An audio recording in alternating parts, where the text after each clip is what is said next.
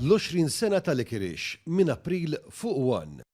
Fi stqarrija il-Partit Laburista sostna li għal darb'oħra qed naraw oppożizzjoni nazzjonalista populista li f'dadija ta' propaganda irħisa qed tipprova tbeżza dwar il-pensjonijiet. Iżda l-poplu jaf li dan il-partit fil-gvern mhux biss u garanzija ta' pensjonijiet sostenibbli, iżda aqwa minn hekk il-pajjiż qed jara żidiet sostanzjali fil-pensjonijiet ta' kull sena wara snin ta' pensjonijiet iffriżati. Fl-istess ħin Gvern Laburista daħħal inċentivi fiskali qawwija għal tfaddil ta' pensjonijiet privati li jħeġġu biex wieħed jaħtaf dawk l-inċentivi.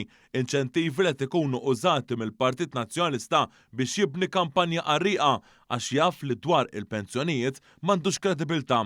Il-Partit Laburista innota li l-unika garanzija li jista' joffri il-Partit Nazzjonalista fil-qasam tal-pensjonijiet u ta' pensjonijiet iffriżati u ta' inġustizzi soċjali dan fl-istess ħin li kien jabbil il-pensjonanti biżiet qawwija fosthom kontijiet rekords tad-dawl u l-ilma fost oħrajn. Minnaħa l-oħra, Gvern Laburista żied il-pensjonijiet madwar 3,350 euro fis-sena, tant li l-ammont allokat għal pensjonijiet illum u kważi d-doppju ta' dak li kien qabel l-2013. Legat ieħor tal-Partit Nazzjonalista fil-qasam tal-pensjonijiet kienet l-inġustizzja soċjali li daħħal meta kien qasam il-ħaddiema bejn dawk li twildu qabel u wara l-1962. Din il-qasma il-Partit Nazzjonalista spiċċa ħoloq żewġ klassijiet ta' pensjonanti bil-pensjonanti preżenti kollha imċaħdin minn titjib fil-pensjoni.